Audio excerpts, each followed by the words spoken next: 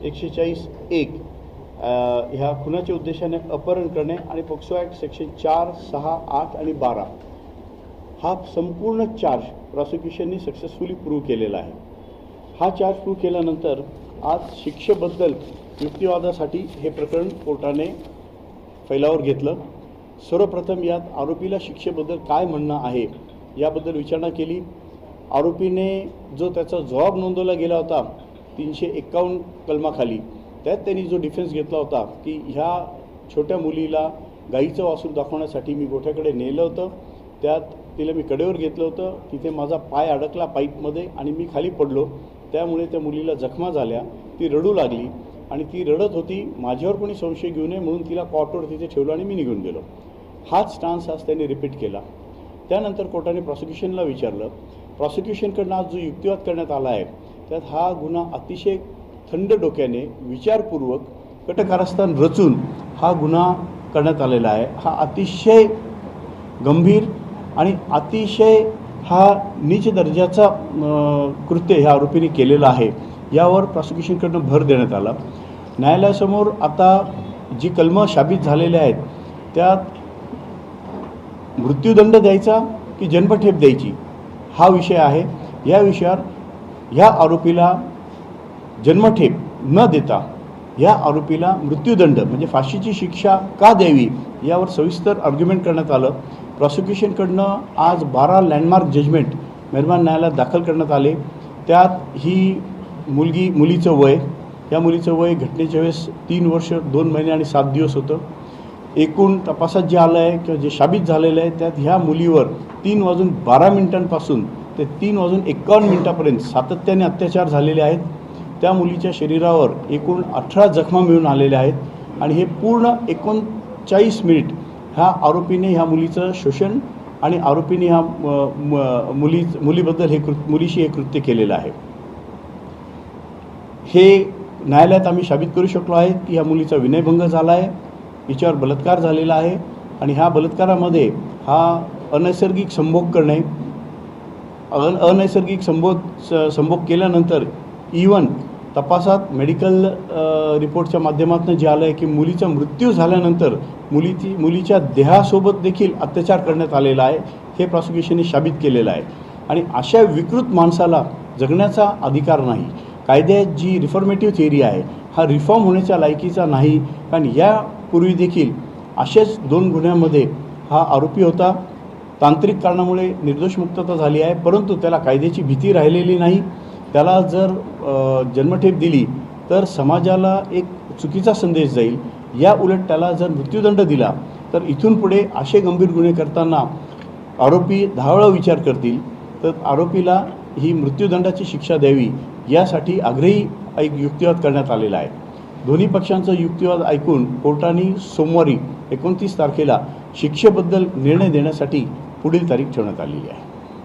Sir 29ला म्हणजे final verdict येईल, त्यावेळेला काही आर्ग्युमेंट्स होणार नाही, अंतिम निर्णय हा शिक्षेचा 29ला देईल। हो, 29 तारखेला आता युक्तिवाद होणार नाही। आता कोर्ट फक्त मृत्यूदंड द्यायचा का जन्मठेप द्यायची यावर कोर्ट भाष्य करेल आणि त्यावर हे फायनल वर्डिक्ट दिलं जाईल। आज जे ॲग्रिगेटिव्ह अँड मिटिगेटिंग सर्कमस्टान्सेसबद्दल युक्तिवाद कोर्टात झालेला आहे ते दोन्ही सर्कमस्टान्सेस कोर्टाने समजून घेतलेले आहे। कोर्टाने अतिशय डिटेल ऑर्डर केलेली आहे। आज एक आपल्याला लक्षात घेणं आवश्यक आहे की जेव्हा मृत्यूदंड द्यायचा असतो तेव्हा घाईगर्दीत न्याय देऊ नये असा एक आघात आहे, असे सुप्रीम कोर्टाचे न्यायनिवाडे आहेत। व आज कोर्टासमोर जेव्हा प्रॉसिक्युशनने 12 केस लॉ दिले आहेत, हे डिटेल केस लॉ आहेत, याचा अभ्यास करणे, ह्या केस लॉबद्दल कोर्टाला जे काही म्हणणं मांडायचं असेल ते मांडण्यासाठी कोर्टाला देखील वेळ घेणं आवश्यक आहे। आरोपीला पूर्ण संधी न्यायालयाने दिलेली आहे की आरोपीला अजूनही काही सांगायचं, आरोपीचा जेल रिपोर्ट आलेला आहे, फॅमिली स्टडी रिपोर्ट आलेला आहे, साऊंडनेस टेस्टचा रिपोर्ट आलेला आहे, आरोपी लैंगिक कृत्यासाठी सक्षम आहे किंवा नाही याचा रिपोर्ट आलेला आहे। हे सगळे सर्कमस्टान्सेस कोर्टाने रेकॉर्डवर घेतलेले आहे आणि हे रेकॉर्डवर घेतल्यानंतर दोन्ही पक्षांचं युक्तिवाद ऐकल्यानंतर आता मिटिगेटिंग आणि ॲग्रिवेटिंग सर्कमस्टान्सेसबद्दल कोर्टाला भाष्य करून अंतिम शिक्षेचा न्यायनिर्णय पारित करायचा आहे, त्यासाठी पुढची तारीख ठेवण्यात आली। 4 केस लॉ प्रामुख्यानं सुरुवातीला आर्ग्युमेंटच्या दरम्यान दिलेले होते, बच्चन सिंगचं, पिची सिंगचं, महेश इंद्रेवरचं, महाराष्ट्र स्टेटचं, या सगळ्या गुन्ह्यांमध्ये कॅपिटल पनिशमेंट दिलेले आहेत ॲसेस कोर्टानं। तुम्हाला काय वाटतं या सगळ्या एकूण मिटिगेटिंग आणि ॲग्रिव्हेटिव्ह सर्कमस्टन्सेस आणि या 4 केस लॉ हे लक्षात घेऊन फाशीची शिक्षा होणं कितपत शक्य आहे? ह्या केसच्या ज्या फॅक्ट्स आहेत त्या फॅक्ट्स आणि हे जी आम्ही एकूण 12 जजमेंट जे साईट केलेले आहेत त्यातलं मच्छी सिंग आणि बच्चन सिंग हे लँडमार्क जजमेंट आहेत. मिळत्याजुळत्या बऱ्याचशा गोष्टी आहेत की त्या केसेसमध्ये ज्या मुलीवर अत्याचार झाले तिचं वय कमी होतं, ती हेल्पलेस होती, तिच्यावर सातत्याने अत्याचार करण्यात आले, थंड डोक्याने अत्याचार करण्यात आले, विचारपूर्वक आणि आधी कॉन्स्पिरसी करून, जसं ह्या केसमध्ये आहे की हा आरोपी 25 तारखेपासून त्या गावात राहायला गेलेला आहे. ती मुलगी जिथे राहत होती त्या भागाची रेकी केलेली आहे, तिथे काम केलेलं आहे. त्यांनी हे ताडून घेतलं की ही मुलगी तिच्या आजीबरोबर राहते, फक्त आजी आणि मुलगी आहे आणि आजी आणि मुलगी असताना त्यांनी बरोबर त्या मुलीला टार्गेट केलं. घटनेच्या दिवशी देखील ती मुलगी जिथे खेळत होती तिथे अन्य काही मुलं खेळत होते, त्या मुलांना दगड मारून शिवीगाळ करून तिथून त्यांनी हाकलून लावलं आणि नंतर या मुलीला घेऊन गेला. ह्या मुलीला जेव्हा ह्या आयसोलेटेड जागेवर नेलं त्यावेळेस देखील ते मुलं तिथे आले होते, तिथेही यांनी त्या मुलांवर दगड मारली. ही टेस्टिमनी कोर्टासमोर आलेली आहे. त्या मुलांनी रिटेलिएट करण्यासाठी त्या शेडवर पण दगड मारलेले आहेत. माझा सांगण्याचा उद्देश असा आहे की ती हेल्पलेस मुलगी होती आणि त्या हेल्पलेस मुलीवर हा अत्याचार केलेला आहे. अतिशय हा हिनियस क्राईम आहे, बार्बरिक क्राईम आहे. त्यामुळे याला फाशीची शिक्षा होणं अपेक्षित आहे आणि आम्ही कॉन्फिडंट आहोत की ही रेअरेस्ट ऑफ रेअर केस म्हणून कोर्ट कन्सिडर करेल आणि याला सर्वोच्च शिक्षा जी न्यायालय जी कायद्यात प्रिस्क्राईब केलेली आहे ती कॅपिटल पनिशमेंट त्यांना होईल याबाबत आम्ही आमचा विश्वास आहे. सर, तुम्ही टेक्निकल भाषेत मगाशी सांगितलं की निकाल का राखून ठेवले, थोडं सोप्या भाषेत, म्हणजे अनेकांना असं वाटत होती की आज निकाले जे सामान्य नागरिक आहेत त्यांना फक्त सोप्या भाषेत सांगा की ही 4 दिवसाची वेळ कोर्टाने काम एक असं आपल्याला लक्षात घ्यायला पाहिजे की हा अतिशय संवेदनशील खटला आहे. याच्यात कोर्टाने सगळ्या पॉसिबिलिटी तपासून बघितलेल्या आहे. जेव्हा मृत्यूदंडाची शिक्षा द्यायची असते तेव्हा सुप्रीम कोर्टाच्या गाईडलाईन्सप्रमाणे न्यायालयाला देखील काही गोष्टी बघणे बंधनकारक आहे. त्यात मिटिगेटिंग ॲग्रिव्हेटिंग सर्कमस्टान्सेस एक असं म्हटलं जातं की जर ॲक्विटल झालं तर त्याच दिवशी आरोपीला मुक्त केलं जातं, पुढचा विषय संपतो. शिक्षा द्यायची ठरली तर शिक्षा देताना काय शिक्षा द्यावी आणि त्यात मृत्यूदंड द्यायचा असेल तर आरोपीला मृत्यूदंड का देऊ नये, काय असे सर्कमस्टान्सेस होते हे मांडण्याची संधी द्यावी.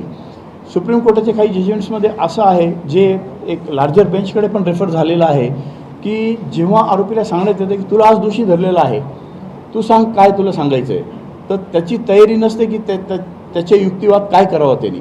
त्यासाठी त्याला त्याचा युक्तिवाद करण्यासाठी किंवा त्याला त्याची बाजू मांडण्यासाठी वेळ मिळावा हा सुप्रीम कोर्टाच्या ह्या गाईडलाईन्स आहे. परंतु न्यायालयाने आज जे आदेश केले त्यात स्पष्टपणे असं म्हटलेलं आहे की आरोपीच्या जेव्हा आरोपीवर जेव्हा चार्ज वाचून दाखवला तेव्हा आरोपीवर काय चार्ज ठेवण्यात आलेले आहे आणि याला कायद्यात काय शिक्षेची तरतूद आहे याची जाणीव देण्यात आलेली होती. त्यानंतर पूर्ण ट्रायल आरोपीची समोर झालेली आहे. आरोपीला प्रत्येक तारखेला VCवर पूर्ण वेळ हजर ठेवण्यात आलेला आहे. साक्षी पुरावे आरोपीने पूर्ण ऐकलेले आहे. आरोपींनी साक्षी पुरावे ऐकल्यानंतर युक्तिवाद आरोपीतर्फे करण्यात आलेला आहे आणि 351 प्रमाणे जेव्हा आरोपीचा जबाब नोंदवला तेव्हा आरोपीला पूर्ण ऑपॉर्च्युनिटी दिलेली आहे की त्याला काय सांगायचं आहे या सर्कमस्टन्सेसबद्दल आणि ते रेकॉर्डर घेतलं आहे. आणि त्यानंतर पुढे जाऊन कोर्टाने हेही भाष्य केलेलं आहे की ज्या दिवशी आरोपीला दोषी धरलं जातं त्याच दिवशी निकाल देऊ नये असा पण प्रघात नाही आहे. परंतु आरोपीला पूर्ण संधी देऊन आरोपीचं म्हणणं ऐकून हा निकाल देणं अपेक्षित आहे. आणि उद्या परवा 3 दिवस न्यायालयाला सुट्टी असल्यामुळे इमिजिएट नेक्स्ट वर्किंग जो डे आहे सोमवारचा त्या दिवशी ही तारीख ठेवण्यात आली आहे. हे बघा 55 साक्षीदारांची साक्ष 16 दिवसात नोंदवणं हा फार मोठा टास्क होता आणि माझ्या तरी 32 वर्षाच्या प्रॅक्टिसमध्ये एवढा फास्ट आणि एवढा सेन्सिटिव्ह आणि एवढा फास्ट चाललेला खटला मी बघितलेला नाही.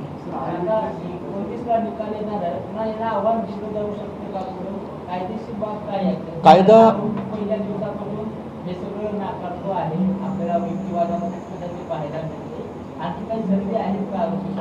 कायद्यात प्रत्येक आदेशाविरुद्ध अपिलाची तरतूद आहे.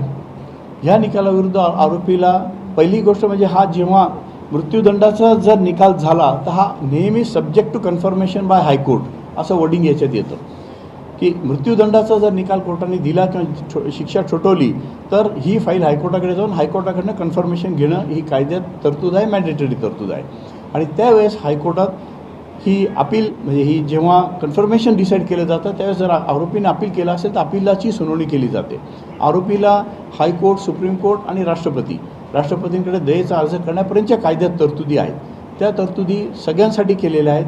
आरोपी त्या माध्यमातून जाईल नाही जाणार हा आरोपीचा विषय आहे. सर, आय विटनेस नव्हतं तुम्हाला या केसला, किती मोठी टास्क होती तुम्हाला चेन ऑफ सिक्वेन्स कस्टडीची ते मेंटेन करायचं, काय काय केलं त्यांनी? ज्या केसमध्ये आय विटनेस नसतो त्या केसमध्ये सर्कमस्टन्शियल एव्हिडन्सवर आम्हाला केस साबित करावी लागते. पर्टिक्युलरली ह्या केसमध्ये आय विटनेस घटना होताना बघणारा कोणीही साक्षीदार नव्हता. परंतु लास्ट सीन टुगेदरची जी थिअरी होती की ह्या मुलीला शेवटचं जिवंत आरोपीच्या सहवासात किंवा संगतीत बघण्यात आलेलं आहे, ती संपूर्ण चेन आम्ही प्रूव्ह केलेली आहे. याच्यात ह्या नसरापूर गावामधले एकूण 6 CCTV फुटेजचं डिटेल विश्लेषण करण्यात आलं आहे. हे विश्लेषण सायबर एक्सपर्टच्या माध्यमातून केलं आहे. त्याला व्हेरीफाय करण्यात आलेलं आहे FSLच्या माध्यमातून. आणि त्यांनी हे बनावट नाही, हे चलचित्र जे दिसत आहेत ते जसे रेकॉर्ड झाले तसेच आहे इथपर्यंत आम्ही साबित केलं. हा पहिला भाग.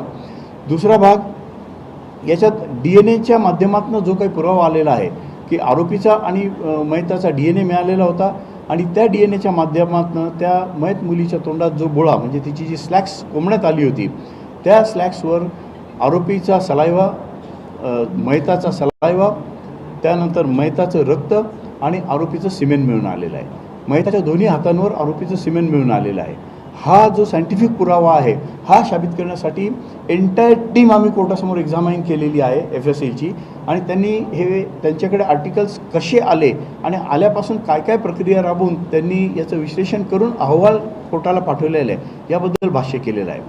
संपूर्ण तपासी यंत्रणेने ज्या वस्तू जे आर्टिकल जप्त केले ते पंचांसमक्ष जप्त केले आहे. कायद्याच्या नवीन तरतुदीप्रमाणे ई-साक्ष्यावर प्रत्येक पंचनामा, प्रत्येक साक्ष अपलोड करण्यात आलेली आहे. त्यामुळे याच्यात काही मॅनिक्युलेशन करण्याचा काही चान्सच नाही किंवा काही संधीच नाही किंवा काही शक्यताच नाही. तसं भाष्य पण कोर्टाने केलेलं आहे. प्रत्येक आर्टिकल प्रॉपरली सील करण्यात आला. सील केल्यानंतर तो पोलिसांच्या मालखान्यात प्रॉपरली ठेवण्यात आला सील कंडिशनमध्ये. तिथून त्या आर्टिकलचं जेव्हा विश्लेषणची आवश्यकता पडली त्यावेळेस पंचांसमक्ष त्याचा रिओपन पंचनामा करण्यात आला. विश्लेषण एक्सपर्ट्सकडनं करण्यात आलं आणि विश्लेषण झाल्यानंतर परत तो सील करून सील कंडिशनमध्ये हा FSLकडे गेला आणि FSLकडनं सील कंडिशनमध्ये सगळे आर्टिकल कोर्टात आले. प्रत्येक आर्टिकल हा कोर्टासमोर आर्टिकलचं सील साक्षीदारांच्या समक्ष आणि कोर्टासमक्ष ओपन करण्यात आले आहे. त्यामुळे मॅनिक्युलेशन करणं किंवा काही त्याच्यात हेरफार करण्याचा प्रश्नच उद्भवत नाही. सर, हिंदी में जानना चाहेंगे कि आज कोर्ट में क्या हुआ उसके बाद? एक मिनिट आधी मराठीचं बाकीचं साहेबांचं. याच्यात मी एक निश्चित सांगेल की हा अतिशय संवेदनशील खटला होता. पोलिसांसमोर एक चॅलेंज होतं. याच्यात ह्या तपासाकामी अहोरात्र ह्या SITने मेहनत केलेली आहे. पुणे ग्रामीणचे पोलीस अधीक्षक गिल साहेबांना मी याच्यात निश्चित क्रेडिट देईल की त्यांनी अहोरात्र काम केलेलं आहे. यांच्या टीमने पूर्ण काम केलेलं आहे. त्याच्यामुळे प्रॉसिक्युशनला इन्व्हेस्टिगेटिंग एजन्सीचा पूर्ण सपोर्ट मिळालेला आहे. यात विधी न्याय विभागाकडनं देखील आम्हाला पूर्ण सपोर्ट मिळालेला आहे. माननीय मुख्यमंत्री साहेबांच्या आदेशाप्रमाणे आम्हाला स्पेशल कोर्ट मिळालेला आहे. विशेषतः ह्या मेहरबान कोर्टाने त्यांची सुट्टी सरेंडर करून पूर्ण वेळ आम्हाला देऊन 11 ते 6 हा वेळ देऊन साक्षीदारांचे जबाब नोंदवलेले आहेत. याच्यात FSLच्या टीम असतील, ससूनचे मेडिकलचे टीम असेल, आमच्या लीगल टीम असतील, माझे असिस्टंट्स असतील, ह्या सगळ्यांनी अहोरात्र मेहनत केलेली आहे. मी ह्या सगळ्यांचा थँकफुल आहे.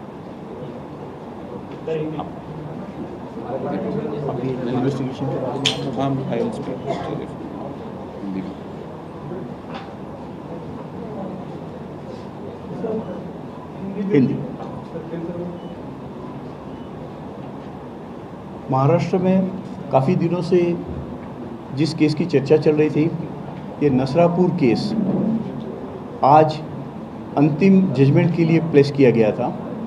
आज इस केस में अदालत ने अपना फैसला सुनाया है. इस फैसले में प्रोसिक्यूशन ने आरोपी पे जो भी चार्ज लगाया हुआ था वो entire charge prosecution beyond reasonable doubt prove कर चुकी है. इस नतीजे तक अदालत पहुंची है और अदालत ने आरोपी को सभी सेक्शन में दोषी पाया है, दोषी करार किया है। जो भी धाराएं पुलिस ने इस चार्जशीट के माध्यम से